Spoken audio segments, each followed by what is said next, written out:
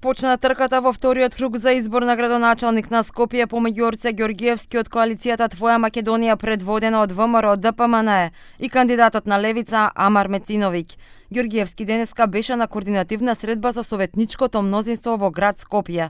Порача дека има сериозно советничко мнозинство и дека фокусот ќе биде во враќање на функционалноста на градот. Ке разговараме за најгорливите прашања кои што ќе ни бидат сериозен фокус до нова година после изборите кои што треба да завршат за 10 дена од денес, за првиот ребаланс кој што ќе бидеме во можност да го направиме веднаш по влегувањето мое во градот Скопје заедно со сите советници, заедно со советничките групи. Ѓоргиевски смета дека неговиот против кандидат во вториот круг Амар Мециновиќ и во првиот круг имал поддршка од ДУИ, а со повикот за поддршка од СДСМ нивната коалиција станала јавна.